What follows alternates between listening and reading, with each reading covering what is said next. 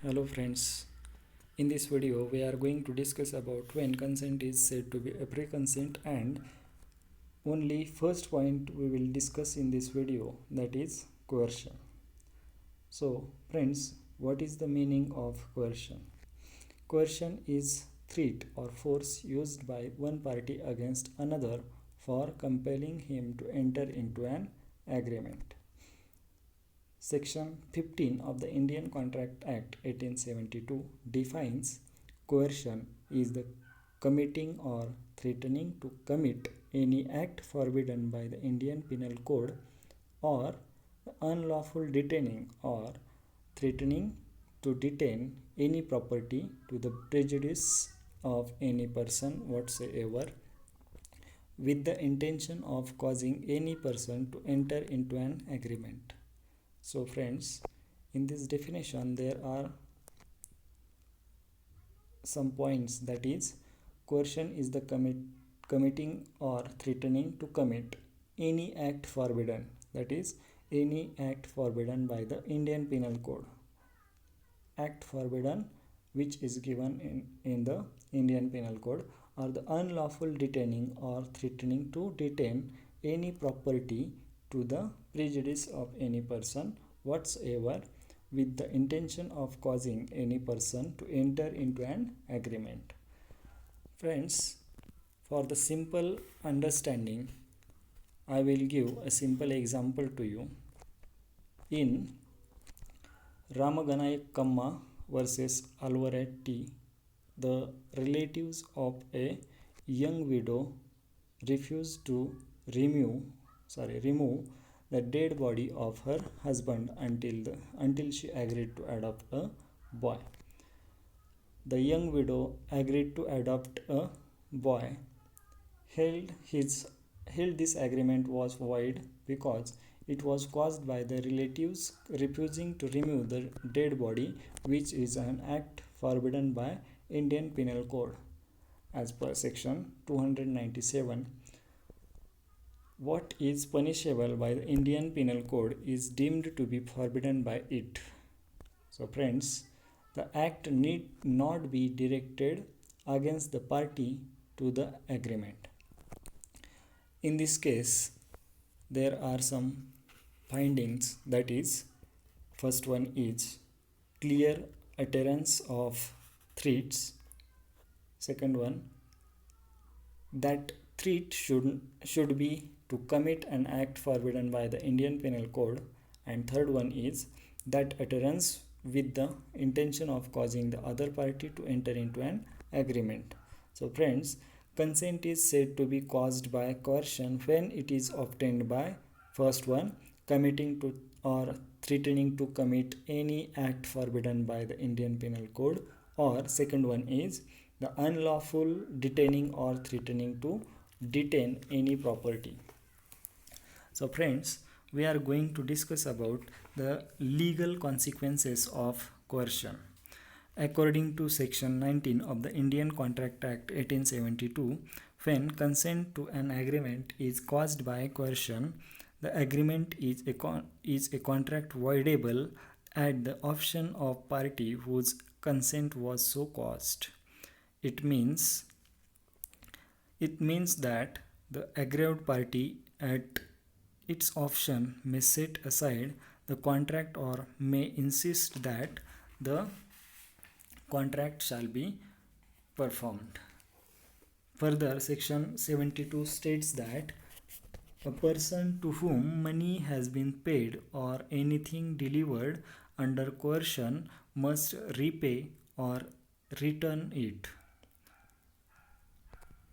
Friends, I will give a simple example for the better understanding of this concept, that is, a railway company refuses to deliver certain goods to the consignee except upon the payment of illegal charges for carriage. The consignee pays the sum charged.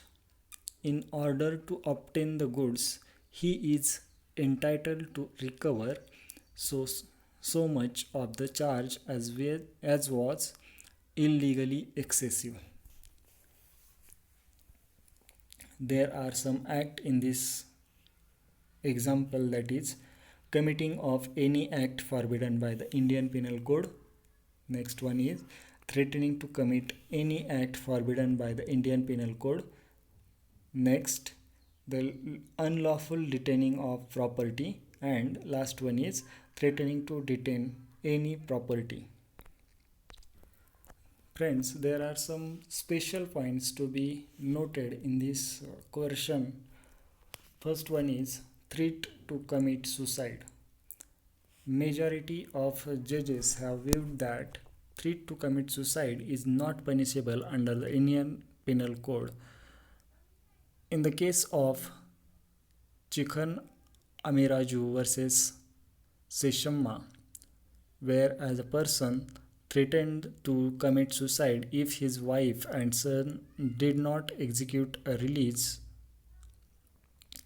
deed in favor of his brother for certain property. Though a threat to commit suicide is not punishable under the Indian Penal Code, it is deemed to be forbidden by the code. Hence, the threat to commit suicide amounted to coercion and the release deed was therefore voidable. Second special point, that is threat to prosecution. A threat to prosecute a man or to file a suit against him does not amount to coercion unless that suit is not false under charge. This does not constitute coercion because it is not forbidden by the Indian Penal Code.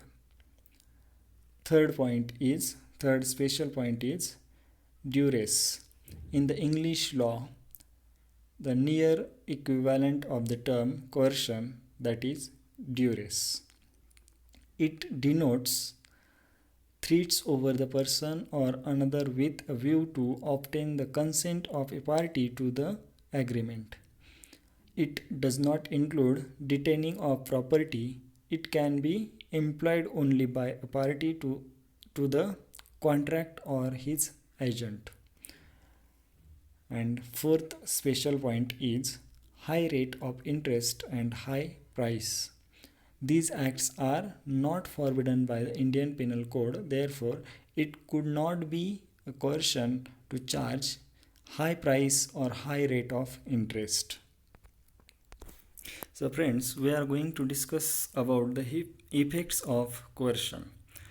Section 19 of the Indian Contract Act 1872 provides that if a consent to an agreement is caused by coercion is voidable at the option of the party whose consent was so obtained. Section 72 provides that a person to whom money has been paid or anything delivered by mistake or under coercion must repay or return it. So, we can say an agreement vitiated by coercion is voidable at the option of party who was coerced to make the contract. Friends, I will give a simple example for better understand the effect of coercion. A railway company refuses to deliver certain goods to the consignee except upon the payment of an illegal charge for carriage. The consignee pays the sum charged in order to obtain the goods. He is entitled to recover so much of the charge as was illegally excessive. So friends, this was the concept of coercion under the section 15 of the Indian Contract Act 1872. Next video we will discuss about the undue influence. Thank you.